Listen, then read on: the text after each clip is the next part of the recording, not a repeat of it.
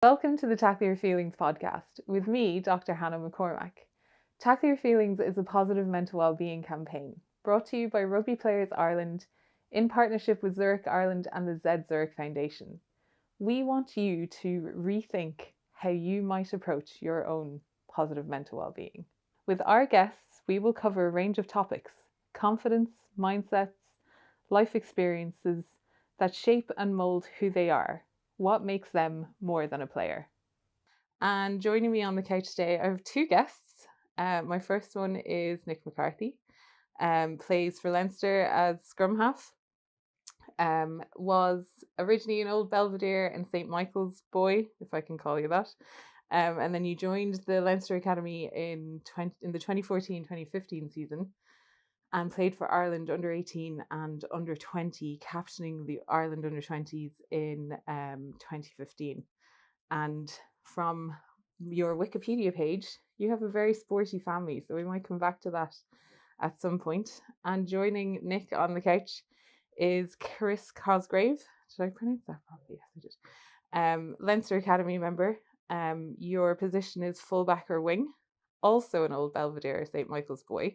So I'm going to explore that relationship in a bit. But according to your Wikipedia page, because it's just, oh no, actually, this is from the Leinster page, I saw that you are also an accomplished track and field athlete, or you were accomplished track and field athlete. sort of. Perhaps, Yeah. kind of, maybe. A few medals there. Tiny just bit, kind of yeah. making up the cabinet. But so I suppose, yeah, welcome to the couch, guys. Great to have you here. The first thing I always ask people, because I think it's always really interesting, is how did you get into rugby? Like, what was it that got you playing rugby? I know, again, Wikipedia has told me that you started playing rugby under 6, Nick. But was there any other influence, or kind of, was it something you were just going to do, or was it encouraged in any way? Yeah, so obviously all my friends from Michael's, and then they all went to play in Old Belvedere, which is what I was going to do anyway. But my dad actually played scrum half for Connacht. Yeah. So he was definitely a big influence in me, definitely being a scrum half anyway. But yeah, he took me out passing a lot, and kind of he was a big role model when I was young to help me get into it. And yeah, I was out passing in the garden with him the whole time. So he was a big influence for me in my early days, definitely. And was it kind of one of those things that your dad was a scrum half, so you wanted to be a scrum half, or did it just happen that that was the position you fell into? No, I definitely wanted to be a scrum half because of him, but I was also tiny in school, so it kind of helped in my favour as well. Yeah. And how about you, Chris? What got rugby into your life? I suppose I was kind of different to Nick. I didn't really have any, like, one of my family or anything that was too big into rugby. I was kind of into all sports. Played soccer and GA as well. And then just from there, I kind of picked my favourite, which was rugby. Joined Belva, as you said. And then in third class, went to Michael's. And then from there, kind of just began to grow to love it more and more. So that was kind of my start to it. And like, I played rugby at one point or another, but I didn't start until I went to college. And kind of similar to you, I played lots of other sports, but I just kind of fell in love with the game. And how do you think, like, I fell in love with watching the game? Thought it was really cool. Actually have I have an athletics background as well, not to the same extent that you do. Obviously never played rugby to the same extent that you do, but it was kind of like an easy crossover for me to want to play rugby. And I also was kind of like center wing kind of position. So was it kind of an easy transition to pick rugby, or what was it that made you go, rugby's the one that I want over soccer? It was kind of, to be honest, it was kind of the other way. When I was younger, I was pretty afraid of rugby and kind of afraid of the contact and stuff like that. So I was always kind of leaning more towards the other sports, and then eventually kind of grew a bit more and was kind of like around the same size as the other lads in my class and stuff like that. So then I kind of started to enjoy it more and more. And then just from there, there was no point where I was like, oh, this is what I'm gonna do because of one thing or another. But yeah, it's just kind of then from there grown to love it. Yeah.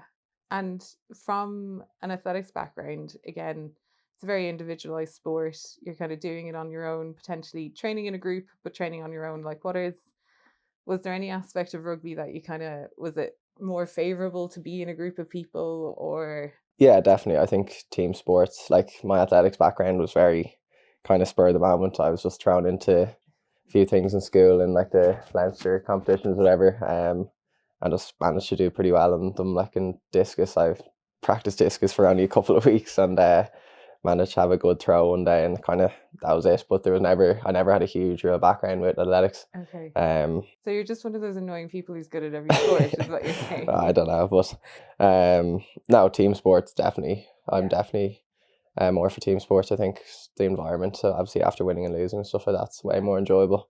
When you're dealing with a bunch of lads or whatever. So that's good. And is that what you feel, Nick? Like you kind of playing rugby from under six, having your dad be a scrum half who obviously understands and appreciates. Like it's quite a, I suppose, integral position because you make decisions. You might hear from the number 10 the call, but you're like there at the back. You're the connection between the forwards and the back. So have you ever kind of been like, oh, I'd just rather do this on my own? Or No, in fact, there was never a case of him being like a pushy parent at all. He's not like that at all. But he knew I wanted to do it, and you know, I was probably annoying him, saying, "Oh, can we go out past?" and that kind of thing. But I think for me, it was probably the friendships and stuff at the start. Like I wasn't particularly good at rugby up until probably third or fourth year in school. That's when I kind of started playing like junior cup level, that kind of thing. Before that, it was just kind of all my friends were doing it, and I loved doing it because they were doing it. So I think that was the main thing for me at that time. And the school that you guys both went to, St. Michael's, it has a bit of a tradition of creating pretty impressive rugby players like Ryan Baird, Dan Levy, John Ryan, all Michael's boys. Like, was there ever any pressure or was that an inspirational thing to have from the school, or was it ever kind of like, did it ever put pressure on you to kind of go, how am I going to be at the same level as these guys? I think for me anyway, when I was kind of in fifth and sixth year, there was actually very few professional rugby players to Michael, so it's kind of a new enough thing. Like at the time, it was like Cathal Marsh, Noel Reid, Luke McGrath, and then Dan Levy and Rory Loughlin were only the year ahead of me. So it actually, like, now it's such a big thing, but at the time probably wasn't that big. I'd say when Chris was leaving school, then there was probably 10 or 15 of us then in academies and stuff. So it probably is a bit different for you. I don't know. I think definitely when I was like all the years going up, I used to watch Nick and Ross and obviously as Nick said, like Dan and all them. But I think having those lads to like look up to and try model your kind of game and your attitude off, it's definitely real helpful when you're coming through school from like third class right through to sixth year, when you have like lads to look up to all the time. Like year on year we producing like loads of professionals, which is definitely helpful. Definitely drives you to try want to be where they are, if you know what I mean, kind of model yourself off them. It's definitely great to have. So you guys were in school at the same time, but there's not a huge age gap, but like when you're in school, it's going to be a pretty big age gap, right? I think Yeah. So I don't know what year I was in when you were leaving. I Probably, was left in 2013, so I don't know what that would have I been think for I you. was in first year then, or sixth class maybe. Was it Yeah. that yours? Yeah. Yeah, I'd say so, yeah. So were you aware of each other? Like, I'm gonna guess you were potentially more aware of Yeah, Nick I knew than Nick, was but I of don't think. you. Yeah, well, like you always had a big reputation in the school. I always knew there was a Chris Cosgrave, this young lad that was very good. I actually never Ross Byrne, I think, coached you, who was my year. I never coached you, but usually kind of first, second year out of school, a lot of past people would go back and coach. So like you kind of are a bit more familiar with who's coming up and stuff like that. So Yeah, but you kind of heard of do you mind me asking what was Chris's reputation? Was it that, one to watch or stay away from him, or no, bit of a definitely not stay. cheeky, No, no, no. It cheeky was. little first year? I just remember kind of maybe when I was maybe 2 years out of school. I just remember hearing about this kind of unbelievably talented kid that kind of had it all, fast and good kicker and good passer and everything like that. So yeah, I just remember hearing about Chris from when he was pretty young. So. And what was that like for you, Chris, to have this, like, I suppose, spotlight thrown onto you and have potential professional players know your name when you were, kind of just figuring out who you were as a schoolboy player? Suppose I never really, I don't know if I ever really believed it, to be honest, because like when you're young and you're a bit naive and stuff like that, like my friends were always there to keep me grounded as well. They'd always make sure I'm not getting too ahead of myself and stuff like that. So, no, I never felt too much. Like, I'm not sure if I ever really properly believed it, so I don't think that really put too much pressure on me then, if you know what I mean.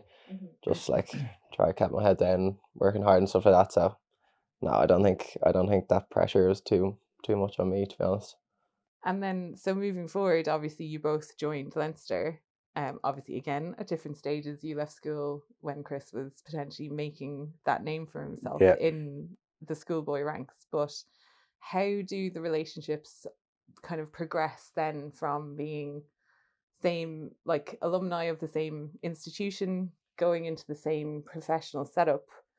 Do you seek, and like you said that a lot of the guys go back and end up coaching kind of the school team and potentially imparting kind of knowledge, but how does that progress, or how does that transfer into now you're adults, this is essentially your job? So, was it you were told to buddy up with people, or No, not really. I was in Munster for 2 years as well, so I probably like that was when you were kind of probably leaving school. Yeah. So probably didn't really know Chris, but then I don't know, when I come back, like we do spend a lot of time as a group together, and you kind of just get to know people in different ways. And then we ended up being in Bali at the same time last year on holiday, so we got to know each other a good bit better then and stuff. So, I think like coming from Michael's as well, like you generally like bump into the lads when you're coming out of school and stuff like that, and you just grow kind of small relationships when you're in school. Like Ross used to coach me a bit in school, as he said, and a few other lads. So I kind of had like a fair idea of like most of the lads already. So I feel like then when you come into Leinster and there's so many lads there already, it's very easy to, I suppose it's an easy way to enter the environment when there's kind of 10 lads looking out for you all the time and stuff like that. So, or maybe more than 10, I don't know. And then as Nick said, we went on holidays together. That was probably when we became a lot closer. We were pretty close before that, but definitely we spent like 2.5, 3 weeks together. So that was real fun, real nice time to have together. And what's it like having, like kind of a couple of established players who are in the Leinster setup, knowing that you could, like, how do you, Chris, I suppose, rely on them, or what do you almost not use them for, because I don't like using that word, but like, what is it like having that support essentially? I suppose it's really good. Like there's no real bad sides of it. I suppose it's kind of like Nick and a few of the other lads would always kind of be honest with me as well, which is good. Like, so if I ever need proper advice, or feel like I can't go to someone maybe who I'm not as close with, I know I can always go to the lads who I kind of would get on a bit, or not get on a bit better with, but just would be more comfortable asking those kind of harder questions too. But yeah, I think that's one of the main things, just having those kind of honest conversations with people you're probably a bit closer to, who will give you like truthful answers, I suppose. And do you return the favor, because you're the younger of the younger kind of crew? Would you feel comfortable being honest with like the likes of Nick and? Yeah, well, like I try to be. I suppose I try not to keep that kind of age gap as too much of a barrier. Do you know what I mean, between the relationship? But I don't know if I try to be real honest with him anyway. Yeah, no, it's not really like because we're both in the same environment. It's not really a case of like, oh, because I'm a few years older or anything like that. I don't think that's a thing at all. I definitely, when I was younger, I think it definitely helped me to have people that couple of years ahead of you that you could kind of get advice off, or if you were disappointed with a performance or something like that, like they've been in the game a bit longer, they kind of help you to give a bit more perspective on that. It's just one game, one bad performance, one slip up, then it's easier for them to see that. I think when you're young and you're kind of, you put a lot of pressure on yourself to perform, and you see yourself getting one opportunity and maybe it doesn't go as well as you wanted to, that can be hard. And I think having those conversations with someone who's a bit more experienced and been in the game a bit longer can really help. So I think those conversations are easier having with like someone you're friends with, as opposed to maybe a coach that you don't get on as well with, or like that you don't have as close a relationship with, if you know what I mean. So I think definitely having that comfort of having an honest conversation with someone, but there's not going to be too many negative impacts off the back of that conversation is always good, you know what I mean?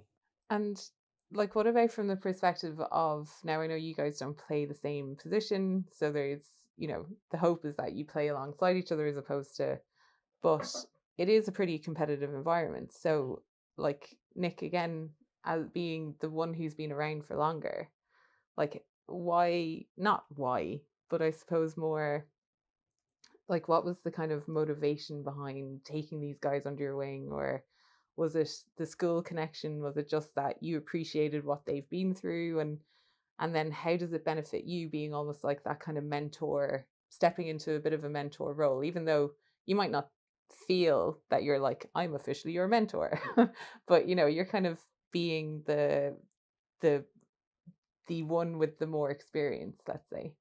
Yeah, like I probably wouldn't necessarily think of it as a mentor role. Like I think it's just a friendship really, and like I think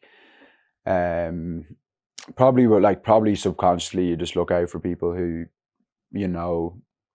like whether it's someone in the same club or school, you probably just look out for those people a little bit more. Maybe you just have something in common with them, or you have like mutual friends, that kind of thing. I think you maybe look out for those people a little bit more at the start because you just know them a little bit better. But no, I don't think. No, I don't think it's a case of being a mentor or anything like that. I think it is just a friendship. Yeah.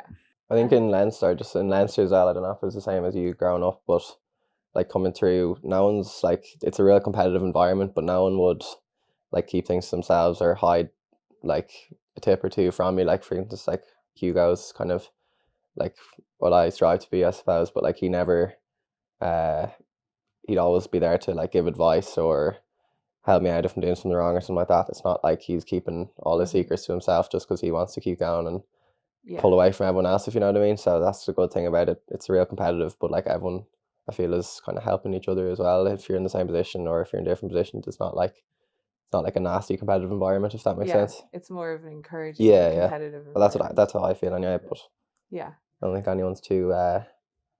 No one would like keep you out of the loop just because you're in the same position, if that makes sense. So that's just what I feel. But and Nick, you mentioned there that you spent 2 years in Munster, and we've had a conversation before where and I hadn't realized you were in Munster like literally at the height of COVID. Yeah. So I'm guessing it was a different experience because not only were you going into a new environment where you didn't necessarily have the prior knowledge of all these people, but you're also being forced to train in small groups and bubbles and things like that. So looking back now, you can potentially appreciate having the support around you.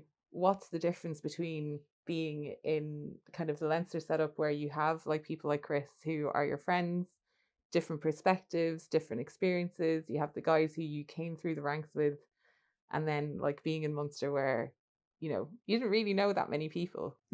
So like so like I moved down in 2019, and in fairness there's quite a few ex-Leinster players there, so the transition wasn't actually that hard. Then as you said, it was kind of a COVID, I think after 6 months of me getting down there, it was kind of COVID, and they're very strict around like meeting up outside of trainings and that kind of thing, so that was definitely hard. But like I'm really happy I went down there. It was kind of a new challenge. I think, we talk about the amount of people from Michael's and that in Leinster, and probably for me, I was happy to make that move slightly out of my comfort zone and just do something a bit different. I definitely learned a lot about myself, and I definitely think I improved as a player as well because of it.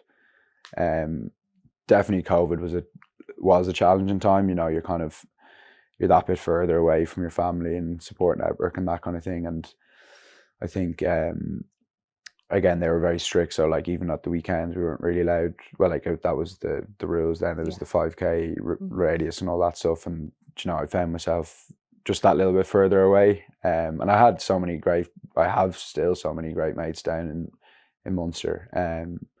But yeah, just maybe being a little bit further away from my family and stuff was probably a bit of a challenge. Yeah. And I'm going to ask you now about your kind of the supports you have outside of rugby. You obviously mentioned your family there.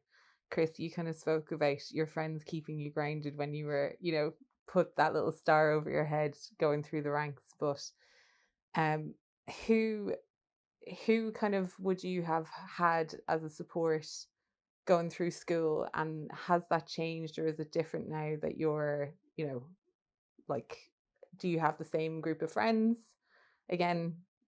Like, I'm looking from the outside in, I'm like, half of Michael's now is Yeah, in yeah. Leinster. That's my impression, right? But it's not the case. There are hundreds of kids who go through the schools, so not everyone's going to be playing at that level.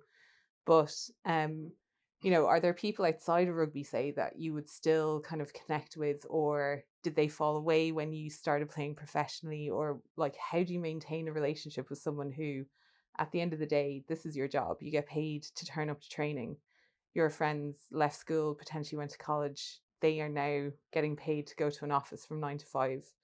There are differences in life, and it happens with every group of friends. It just so happens that you guys are professional rugby players. But how do you manage, or were you able to manage maintaining friendships with people from the school, or from school to now? Yeah, I think in my year, it was kind of unique in that we had 5 or 6 professional rugby players. Not all of them are still in Leinster now, but that was pretty easy for me to go into Leinster with, because we were all best mates in school, and then but like we had a great group of friends outside of that, like professional rugby players group, and I've still remained really close with them.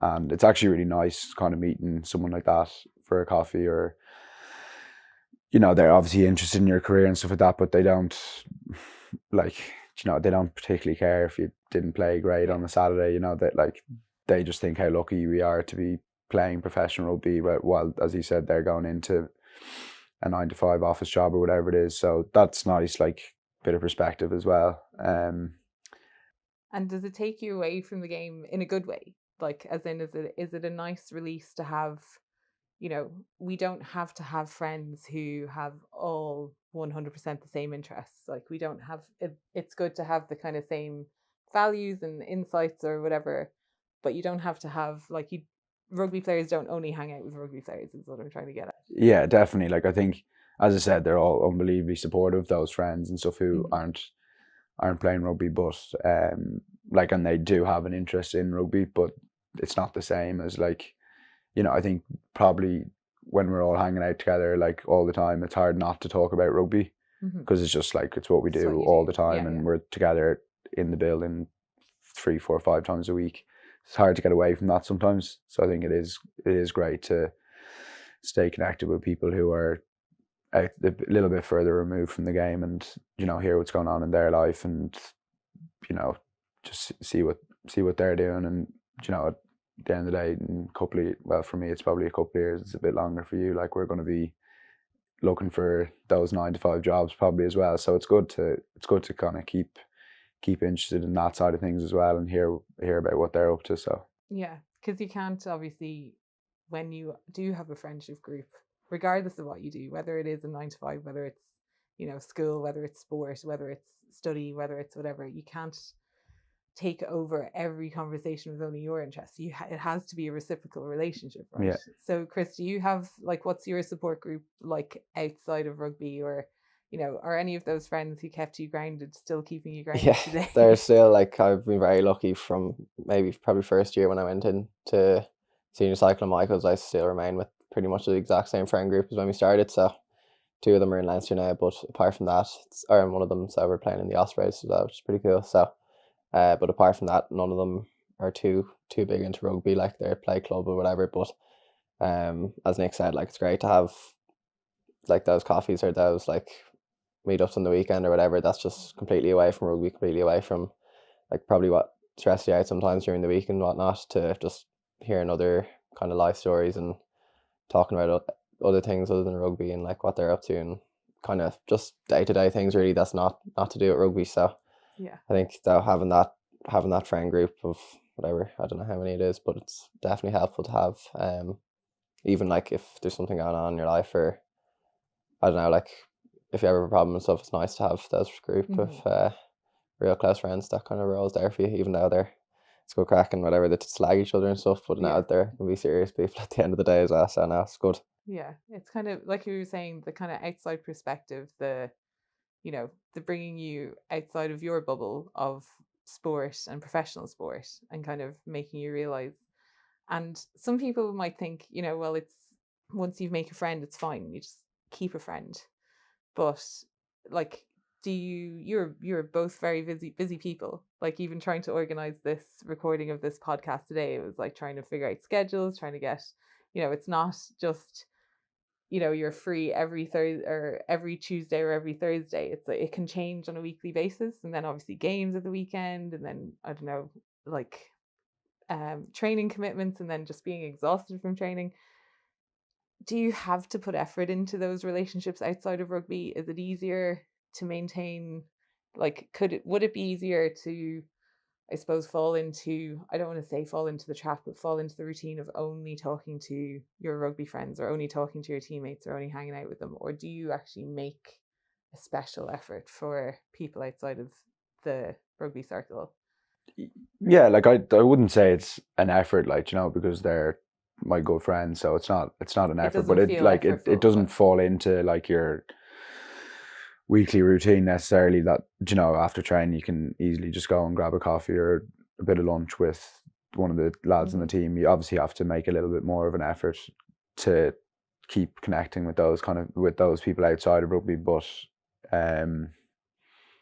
like they're your best mates, so I think it's always nice to do, so it doesn't feel like an effort really. Like, I think at the end of the day, like, they're just probably as busy as us, you know what I mean? So if it's a close relationship, whatever, both people will make the effort at the end of the day to kind of stay in touch, and if it's only an hour a week or whatever it is, like, just to kind of appreciate that time together. And then that's kind of, once you both know that there's sort of, everyone's busy and whatnot, and you're not going to be spending the same time together as you were, say, in school or whatever, so it's kind of just a mutual, like, if we meet up once a week for a coffee, that's great, and if we don't, then it's fine, we're still probably going to be just as close. It's just a matter of everyone's real busy and stuff like that. So, and they always say that if someone does make an issue out of you not being able to spend time, or if you made an issue about them not making time to spend with you, then it's probably not actually a good relationship to have, right? Yeah.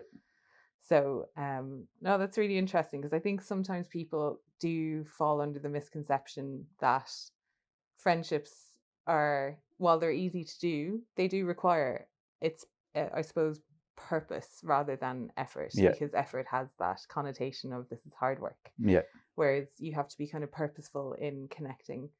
And look, we're all like you said, busy people, so sometimes it falls off the wayside, but when you find those good relationships, you can pick them back up fairly easily. And like I said, it will fall back into, Chris, you were saying, the lads will just slag each other over the same things, or reminisce about stories from school or things you've done before. So, and they're the good relationships that you can kind of hold on to. So I'm going to go on to another kind of question now. And Nick, I'm going to ask you first. You kind of mentioned that when you went down to Munster, you learned a lot about yourself, but which obviously I think we all learned a lot about ourselves one way or another over the COVID period. But what would you say is the biggest lesson you've learned in life? I think, well, definitely in my career anyway, it would be not to like rely on myself too much, and kind of use the people around me, chat to people around me if there's something going on, talk to them early, to not let something small become a bigger issue. And then I think as well, just probably let myself enjoy, particularly when I was a bit younger, enjoy my career a little bit more. At that stage, I think I put a lot of pressure on myself to perform, and was very hard on myself after, like, you might have a great win, but I threw one bad pass and I'd kind of be hung up on that all weekend, and let that kind of ruin an evening, or ruin, whether it was after training or after a game, kind of let it kind of ruin the whole weekend because of one or two bad things I did. And like obviously that's a thing that probably, like, I think all people who are professional rugby players or professional athletes are kind of perfectionists to a certain level, and that's probably what gets you to where we are. But I think it's probably not sustainable. It's not particularly healthy. Like, I think giving yourself a break and kind of accepting that it's not going to be a perfect performance every time. I think that's something that I've definitely improved on and gotten better with, and I definitely enjoy my rugby more now because of that. And was there anything that kind of gave you that light bulb moment? Was there any kind of, was there anything that you read or anyone you spoke to, or was it like a lot of self-reflection, or how did you come to that? Because again, I think that is such an important message to put across, that we all think, and what we see on the outside is potentially sometimes our perception of other people's perfect. And we see people doing things and you're like, oh my God, they found that so easy, or they seem to be doing that so naturally. How come I can't do that first try? I would be very guilty of like putting pressure on myself that if I don't get it right the first time, then it's taken me a long time or it's taken me a good while, I would say, or it took me a good while to figure out that it doesn't have to be perfect the first time. But as long as I'm trying and as long as I'm kind of enjoying the process, then I can keep going at it. Yeah. I don't have to be a superstar, whatever it is that I pick up, even though like I have a brother who sounds a bit like you, Chris, just good at whatever sport he does, successful at things. And I'm like, why can't I be like that? But chances are he's trying. Yeah. Do you know what I mean? He's not going to be perfect at everything. But I think a lot of people don't get that. So was there any, like I said, was there a light bulb moment? Was there something that happened that you kind of went, I don't have to be perfect? Yeah, I think probably my time in Munster, I probably maybe wasn't playing as much as I would have hoped to, and I, as a result of that, had more pressure on myself, not performing as well as I would have hoped to. And I kind of just thought to myself, like, what is the point in doing this if you're not enjoying it? And I chatted to a few people down there, Andrew Conway a lot and JJ Hanneran, and they were they're great around their mindset and that kind of thing, and they always fell back on their week's preparation. So they kind of would say, like, it's not going to be perfect at the weekend, but like if you are happy with the preparation you've done in that week, so whether for me that would be like my kicking and my passing, getting my video work done, whatever extras in the gym I need to do, that kind of thing. If I've done all that stuff, so like on a Sunday, set your goals for the week, of kind of what your week looks like to set yourself up to perform and succeed. If you've done all that stuff, then you can kind of take peace in that and kind of know that, okay, well, I've done all I can to perform, put myself in the best position to perform, and it doesn't always happen, but at least you've given yourself the best chance. And I think it's a better way of looking at it than, and then in that way you're still getting better, you're still getting your extra kicking, extra passing in, and fair enough, the weekend, if it didn't go so well, like, you've still like a bank of work that you've done during that week that you can look back on positively. So yeah, because every improvement you make during the week, even if, like I said, it doesn't pan out at the weekend, it's not like you're going back to square one. You're building on top of all of that hard work that you put in. Yeah. And there's lots of things in games that you can't control, right? That like, the weather conditions when it comes to kicking, like how strong is the wind, or where did your teammate like touch the ball down behind the post, like angles are gonna put a lot of kind of variables that you can't necessarily, like, you can practice as much as you can, but if it's raining straight into your face, like, I imagine it's a little bit harder than if it was like a perfectly calm day. What about you, Chris? What would you say is your biggest life lesson learned so far as a young person? Yeah, I don't know. I was kind of thinking about it as Nick was talking there. Like, I suppose a lot of those things that Nick, kind of those mistakes and stuff that he made when he was younger, probably still the mistakes I'm making now, if you know what I mean. And probably not something I've really thought about until Nick kind of addressed it there. But like that being real hard on yourself, or like not appreciating the work you've done during the week. Like if you have a bad game in the weekend, like you could have done 1,000 reps of everything under the sun, and then you'd still be real angry after a game on a Saturday or Sunday or whatever. So they're kind of, I suppose I don't really know if I've learned that big life lesson yet. But I don't think I have really that answer yet, to be honest with you. Yeah, But and that's fair. Like, yeah. I mean, you know, I'm older than both of you. Nick is older than you. So, like, when life experience gives you those lessons to learn, and sometimes, you know, they are really tough times to go through, and that can be sometimes, you know, you can kind of almost count yourself privileged that you haven't had that tough time to have that life lesson learned. Not saying that you should now go out and try find the issues, force an issue or anything, but yeah, sometimes I think it's that perspective again of you can be going through a really crappy time, but at the end of the day, that can give you sometimes the biggest lessons that you like, that kind of almost change the course of your life. So, you know, if anyone is at the moment going through a tough time, there is hope at the end of it. It's kind of, you know, the point of that kind of question. I think as well, like just from the performance and pressure on performance and that kind of thing, I think like rugby players are great at making us be proactive about like off the pitch stuff, to kind of give yourself an identity that's more than just a rugby player. I think that's really important, because I think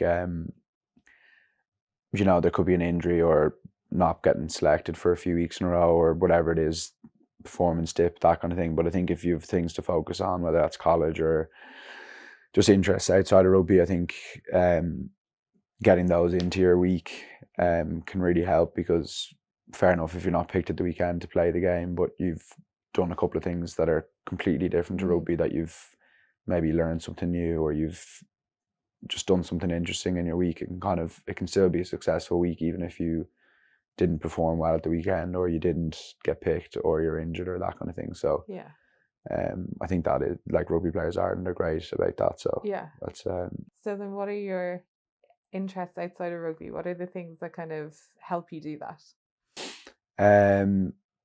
Well, I'd studied engineering in college, which was a struggle, because the hours are so long and that kind of thing. And then since then I've done a bit of work experience with Will Sparks in a company called Sparks Wealth, and a startup called Squid Loyalty, doing a bit of tech sales work for them. And then I think as well, just like having interest, whether it's around the golf, anything like that, is just something that completely takes your mind off rugby at the weekend.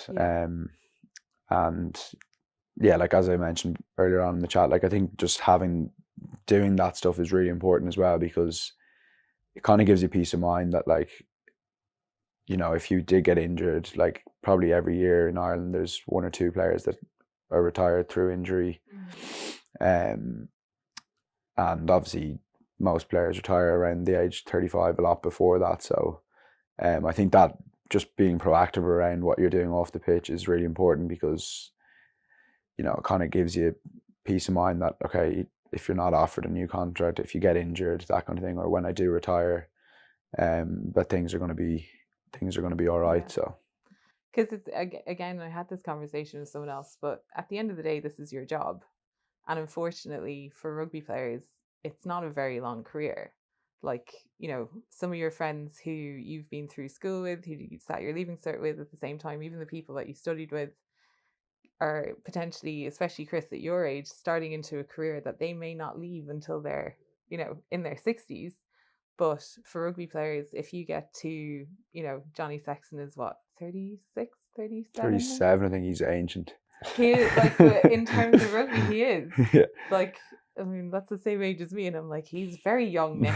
Well, I don't know what you're talking about. For a rugby player. But yeah, exactly. For a rugby player, he's like the twilight, like the literal last. If his career was weak, he's in Sunday. Yeah, Do you know what I mean? Don't tell him I said that. I'm sure he knows it, but don't tell him he said that. But yeah, it's like people, I think sometimes fans, general public forget that, you know, your career is short, and it can be. Chris, I'm going to ask you, as an academy player, is that something that kind of you, and I know obviously Nikki said there that it's really important to do that. Is that a perspective that you have at the moment, or are you kind of like focused on rugby, or how do you manage that, kind of knowing this might not last forever? I'll Yeah, have to I make the think, most of it. yeah. Like, that's quite overwhelming sometimes, no? Yeah, I think as a younger player, like the ultimate goal is to play to when Johnny's playing, but like as you're young, you're in the academy or whatever, you don't even know if you're going to get out of the academy. You could get an injury or whatever, so you kind of have perspective on that as well. So as Nick said, like finding a degree or making those connections that you can build through rugby with various people and whatnot are really important, even when you're young. Because like as you said, you could be out of the job before you know it, and then you have to go into a 9 to 5 office job, and it's great to have like connections there. Like you don't want to be just starting your whole life again, if you know what I mean. So yeah, but I think building connections is probably another key to what Nick was talking about. We're very lucky on, like, we've past players who started up companies, or past players who now have a good in a company or whatever. So no, I think that's sort of how I look at it as a younger kind of. Yeah. And then even in terms of stepping away and kind of, you know, not having rugby be all you are and who you are, do you like, kind of, what are your hobbies? What are the things, like, aside from, you know, potentially meeting up with friends for Yeah. coffee? What other things do you kind of do to look after your, because that's Yeah. a real mental well-being thing as well. I suppose like three probably most important like things apart from rugby or anything else, probably like my friends, my family, and my girlfriend. So spending time with them, and as we were talking about earlier, like a bad day can seem bad, but then you like look into perspective, like everyone you love is happy, everyone you care about is like well and healthy and all that kind of stuff. So I think that's really important for me anyway, just knowing like if I'm having a bad day or whatever, like that it's not as bad as you might think, or like someone's definitely having a worse day than you, do you know what I mean? So and then apart from that, other interests like play golf, kind of love watching sports, like love going to my brother's games and stuff like that as well, my younger brother. So does your brother play rugby, or does he play yeah, other sports? yeah, he plays rugby as well. So yeah, so that they're kind of my things to get away from rugby. But yeah. And you kind of referenced bad days there, so I'm going to ask you, how what is your go-to mechanism to deal with a bad day? I suppose what I just mentioned again there, those three things, probably hanging out with friends or my girlfriend or my family, probably the three biggest things. Like kind of go and do, you can be in a bad mood with them or be happy or just like chill out, watch a movie or whatever it may be, but they're probably my three biggest coping methods to if having a bad day, and then having that realization as well that you still have those people around you. Yeah. And as you said, as I was saying earlier, your day is not as bad as you probably think it is compared to some people. So. And do you like talk about it with them, or do you kind of just be in their company? I suppose like if I want to talk about it, yeah. Like obviously if you're in a bad mood or whatever, people kind of know that. So sometimes like it's easier to talk about things, or sometimes you're just like, I just want to chill out and not have to talk about how I'm feeling or whatever it may be. But once you're kind of putting yourself where you want to be, and you're kind of in that comfortable environment sometimes, then I feel like everything's a bit easier to kind of deal with it. And how about you, Nick? How do you deal with a bad day? Kind of similar, yeah. Like I think I've definitely gotten better at, I think I mentioned already, like kind of talking things out. I live with Ross Maloney, and kind of like we'd be best mates since we were very young, and you know I think we're both pretty good about, like Chris says, sometimes you're not gonna, if it's just a day that's annoyed, like you're not gonna bring up everything, but if there is something that's actually bothering you, I think we're pretty good about just talking to each other and, you know, supporting each other that way, but also just doing something you enjoy, whether that's like a round of golf in the summer, that kind of thing, and make plans. Like if I know I'm going to have a busy week or a stressful week, kind of making those plans to have something that I look forward to in the week. I think that's important for me. Yeah. Because that's actually a really good mechanism of dealing with, you know, having something to look forward to is actually like a known mechanism of improving your kind of mental well-being, increasing your happiness, because a lot of the time we can get through, I think sometimes again, and it depends person to person. It's not like a prescription one size fits all kind of thing, but having something to look forward to can give us again that perspective. It can take us out of the bad mood if we're having a bad week, having a bad day. A lot of people fall back and they're like, I just want to do nothing. But sometimes that's what we need to do, but sometimes we actually really need to do something and look forward to it. And what I even say to people sometimes is like, you can actually plan to do nothing, but there's a difference between I'm doing nothing, I'm not going to talk to anyone, I'm not going to see anyone, I'm not going to watch anything, I'm not going to play anything, and being like, I'm planning a weekend or a day where I'm just chilling. Yeah. Versus I'm just going to not get out of bed in the morning. Yeah. Do you know what I mean? I think like Nick was saying, like having those things to look forward to, but like sometimes if you're feeling like we've probably talked about it once or twice before, but like having those things like that sometimes don't just revolve around going out with your friends the weekend, going for drinks or whatever. Like sometimes you might feel good in the moment, but then the next day, like, you know what I mean, your problems still come back and you still feel like that kind of sadness. So like having like healthy activities planned as well as just like going out and having fun, if you know what I mean. So I think there's a balance, like when you're feeling good and stuff, like that's great, but then sometimes that's not probably the best answer for when you're having bad days and stuff like that. Just knowing when the time is right, I suppose, kind of. And Chris, is that hard? Because you're, what age are you now? You're 21, yeah. 21. So a lot of other 21-year-olds are potentially finishing up college, going out maybe midweek, going out at the weekends like 2 or 3 times a week, you know, having that fun. Is that hard for you as an athlete to kind of make, and I always say make the choices not to do that, because, you know, and we've spoken about that, Rugby Players Ireland, I know, has kind of brought up the idea that you make a choice to be a good athlete, to be a good team player. Like, is it ever hard to make that choice? Do you ever kind of go, oh man, I just want to make the wrong choice right now? I suppose there is those times, but at the same time, like we're very well like capable of having that balanced good social life as well. Like we get our times off, we maybe have a Friday game where you can afford to have a few pints in the weekend or whatever like that. But and like I'm lucky I play with UCD as well, so like on the weekends after games, like there's always good fun after games and stuff like that. It's a good social aspect, so we definitely have like adequate time to have that fun as well. I think there's a good like balance. Like I think you'd get bored of going out 3-4 times a week from having a pretty structured week to having nothing, like, if you know what I mean. So I don't really think I miss out too much. Like my friends are pretty good as well. Like they don't just like They're not they don't go on the tear, like, or they don't. By that. Yeah, no, they're not. They kind of understand where I lie as well, and there's never that like pressure from their end anyway. So I think we definitely have a good balance, and we have that time off that we need and stuff like that as well. So.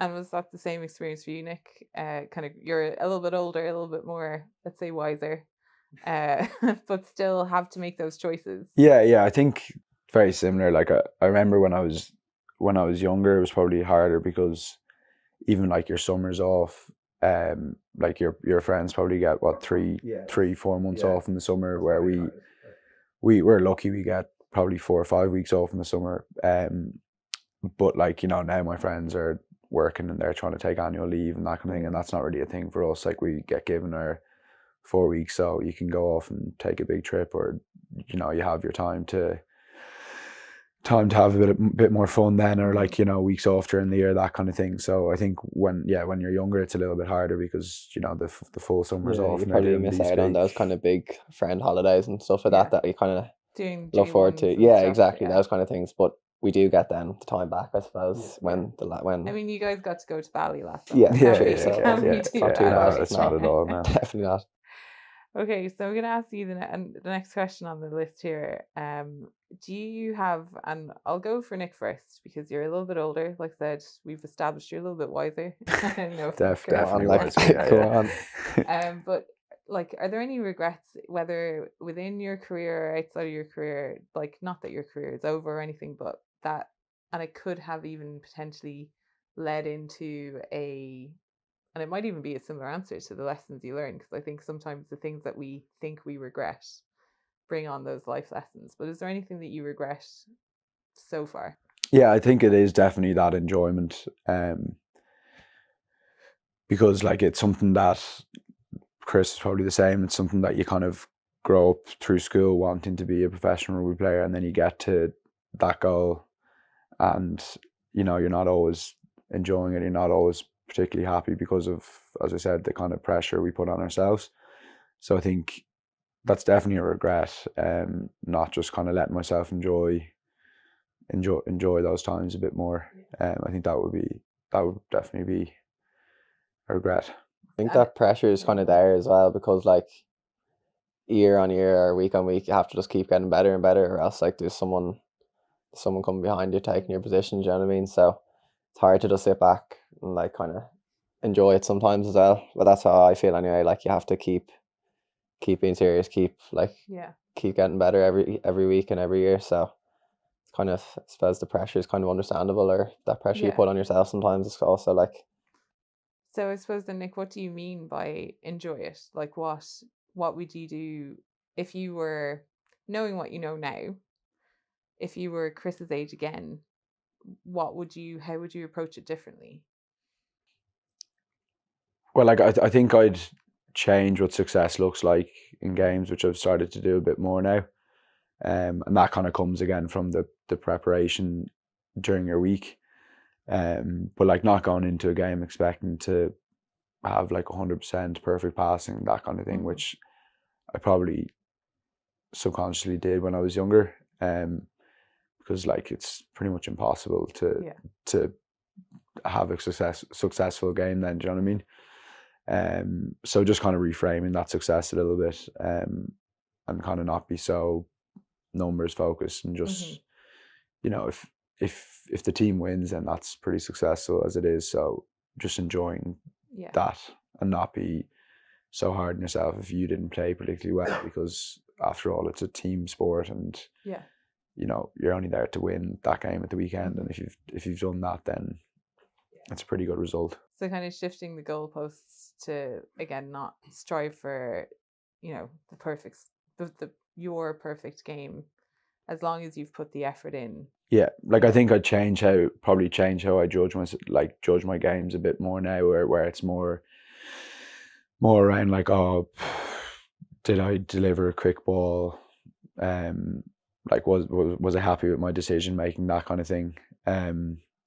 Because even if I made the right decision but didn't execute it well, then it's kind of like, that's fine, because I'd do it again because it was the right decision. I just need to do it better next time. You know what I mean? Yeah. Instead of whatever, a bad kick or kick out in the full, that's, if you're judging yourself just on your kicking, then it's always going to be a failure. So I think like kind of changing how you judge yourself a little bit is important, and that's definitely a big learning. You mentioned it before, that, and I think it's something that a lot of people do, is that we're very quick to focus on the one mistake versus looking at all the things we did right.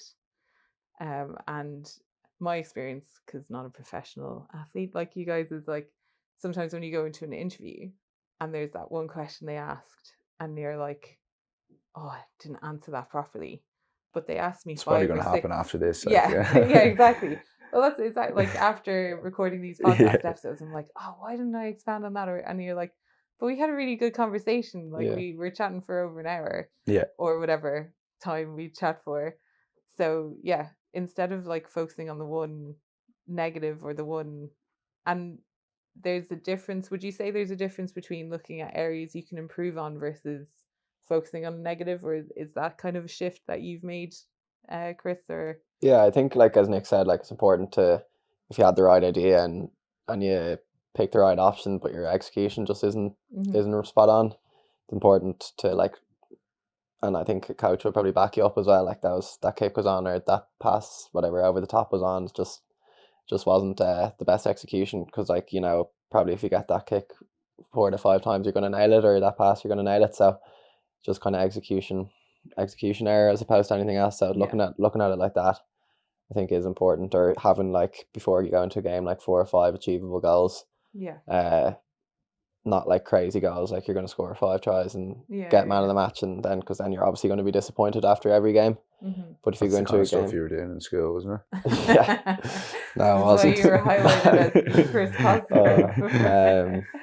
But yeah, having those like 4 achievable goals or 5 achievable Yeah. goals, then you can come out of the game, take them off, and say, actually, that was a good game, even if you made 1 or 2 Yeah. mistakes. Do you know what I mean? So, like, what is an example of an achievable goal for you? Like, not getting man of the match, scoring yeah, 5 tries. I think for me, like, it's like being like having full success on like a high ball, for instance, or not letting the ball bounce in the backfield, like something like that is kind of, it's something that you can, I suppose, control. You practice all week, so you can implement that into a game. Whereas, or I don't know what else, like running a perfect line every time on the right strike play or something like that.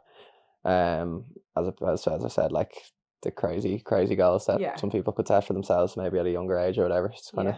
And I think that's really applicable because we all are guilty of doing that. Of I want to nail this, but like, what does nailing it mean? Do you know what I mean? Whereas it has to be precise. Into, okay, like if you're doing a presentation, you might make a mistake, but it's unlikely you're gonna be perfect at it. But if you have put the work in, if you remember these 3 stats that you want to share, like that can still be a really good performance. Yeah, exactly. It's just, you guys are obviously performing in a different way.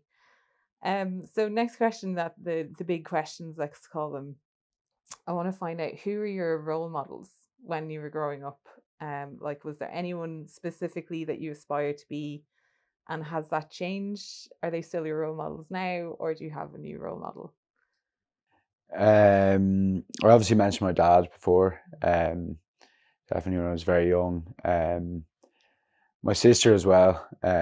She's a year older than me, and she's very good at hockey. And she was always on the kind of Leinster and Ireland representative teams in school, like that little bit before me. So I kind of saw her doing that, and she definitely inspired me to kind of want to go on and do that as well.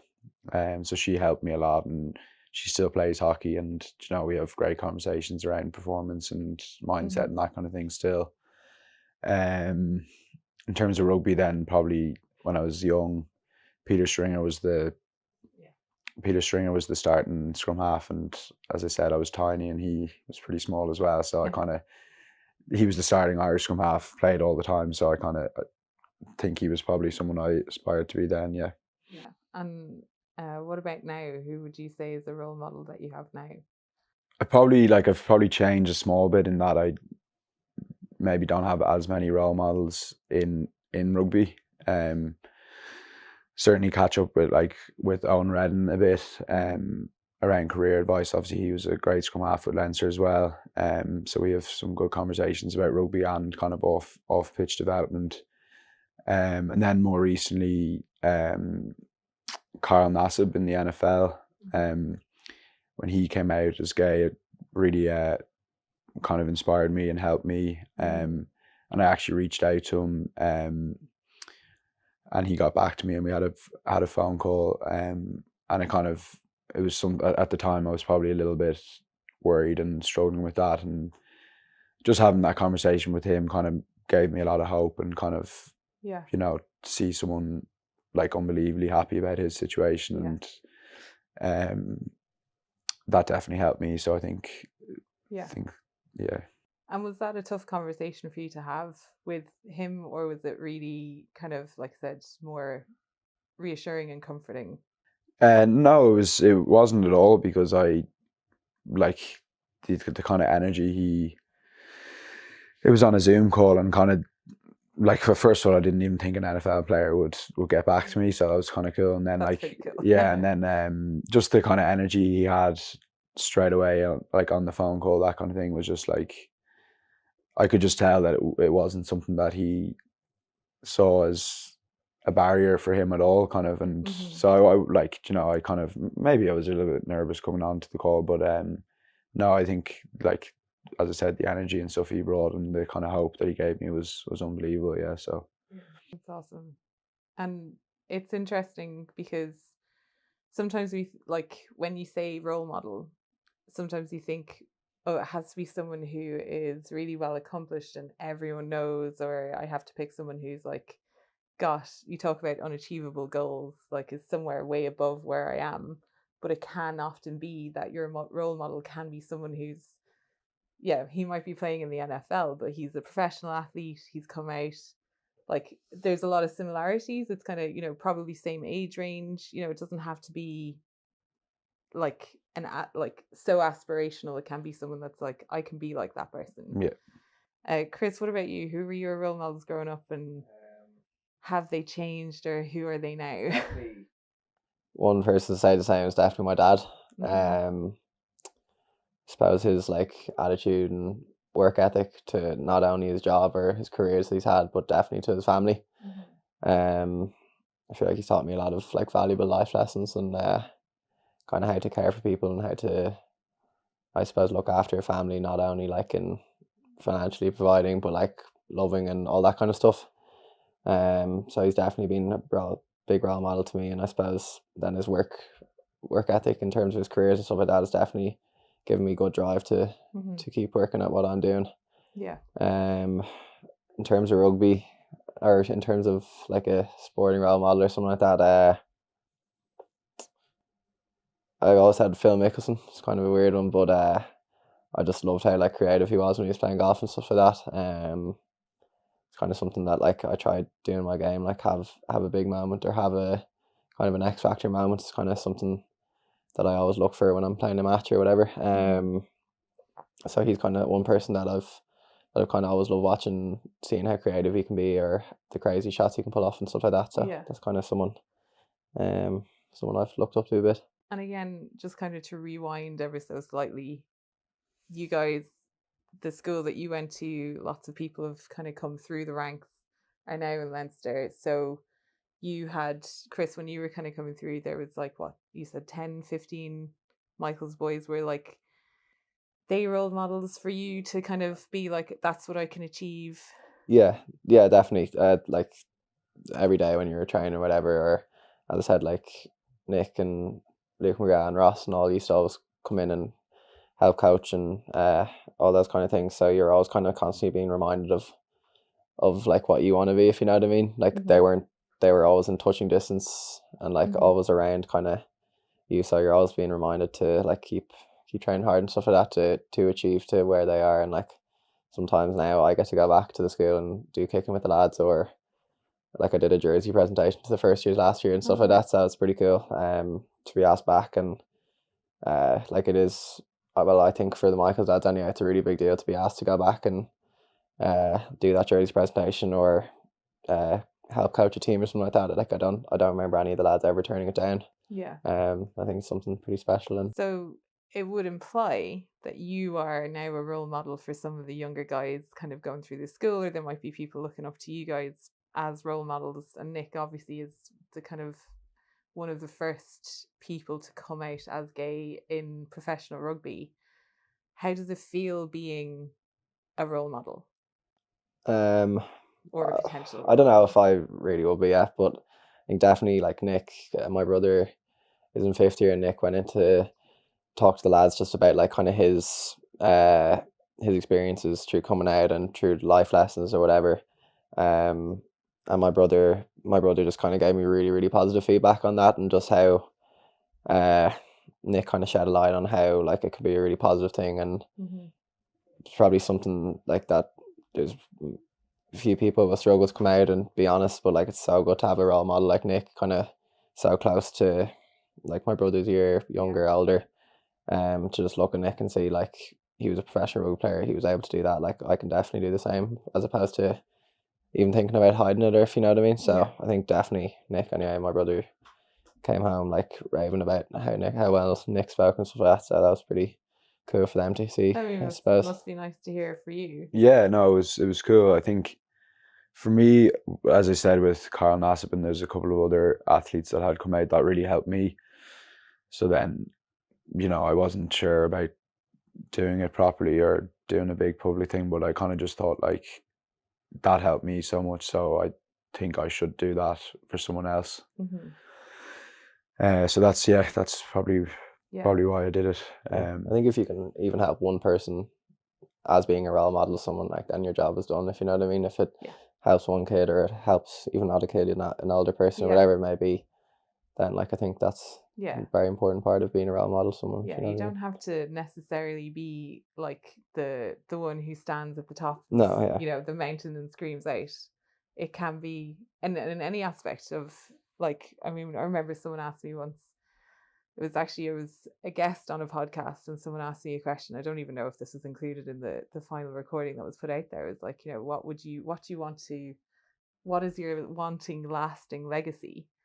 And I was like, oh, that's a really tough question. I should probably bring it into this this podcast. But it was like, yeah, like, if you can make one person, or if you can make the people around you happy, not that you have a responsibility to make them happy, but if you can help one person see that it's okay to be who they are, or it's okay to be comfortable in their own skin, whatever that means to them.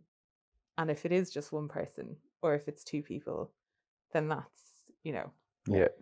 But do you ever feel pressure being an athlete, just, and from an athlete perspective, because rugby is one of the most popular team sports behind the GAA in Ireland. Rugby is probably internationally the most successful sport that we have in Ireland. Do you feel there's pressure to be a role model or is that something that you kind of just don't even think about? Yeah, I don't think it is really something that you, like, I don't think you go about your day wanting to be a role model, you know. I think it's just something that, like, your actions and how you carry yourself on and off the pitch, I think that's probably just, you know, everyone in Leinster and Munster, that's from my experience, everyone, they're all good people, like, so I think there's no pressure for it. I think it's just, like, they're really good people around, and, you know, everyone's just being themselves. Yeah. It just so happens that you're all pretty sound. Yeah.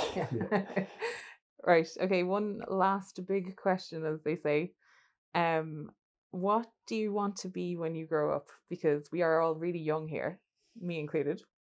But, you know, even like Nick, you've kind of mentioned already that you're doing a lot of things outside of rugby to kind of prepare yourself for post rugby life.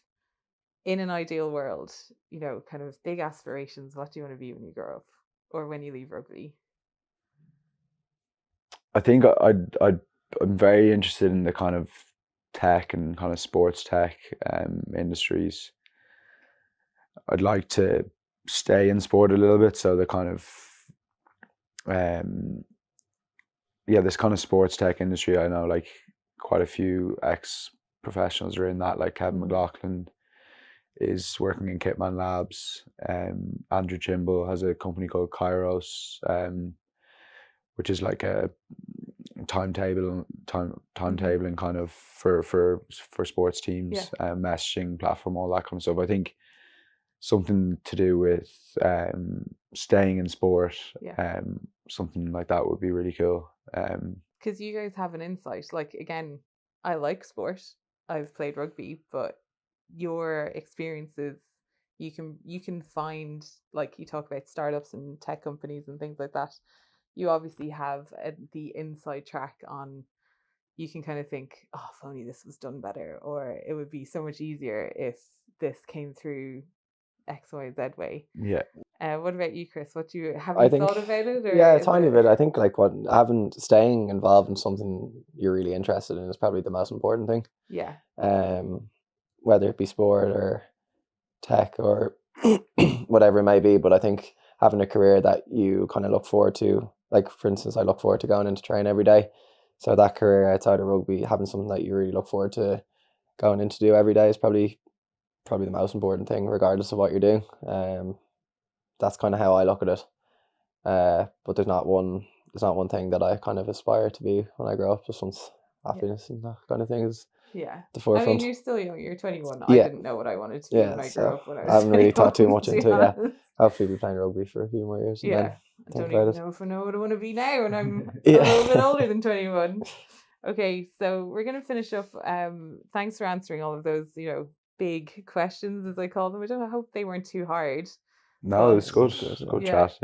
Yeah. So we're going to finish with a quick fire round. So rather than ask you both the same question, I'll go kind of between you to see Okay. which one. And I'm literally just going to randomly assign them. Of like not, thought of anything about it. So, Nick, staying in or going out? Going out. Okay. Chris, reading a book or watching a movie? Watching a movie, definitely. What's your favorite movie? That's a harder question. Yeah, this is a lot harder. Love The Wolf of Wall Street. I think it's a good movie, but yeah. Nick, I probably know the answer to this one. Talk about it or think about it. Talk about it. Chris, time alone or time with friends? Time with friends. Nick, podcast or playlist? Playlist. I'll actually ask the same one of you. Podcast or playlist? Podcasts. Podcast. Any good podcasts apart from this one? I love it. There's a guy on YouTube, James English. I don't know if you know him, but he does does interesting random podcasts. And I kind of like listening to them. Nick, cooking for yourself or ordering a takeaway? Takeaway. Chris, favorite childhood TV show? Drake and Josh. It's like definitely showing your age now. Yeah. Or I'm showing my age by being like, that was not around when I was a kid. Nick, nickname you've been called and why? I actually have too many nicknames, so I can't answer that question. What do the guys in Leinster call you? There's too many. Like I genuinely, there's like 15 different names. So Do you have any, Chris? No, not really. To be honest, no, I'm not. All right.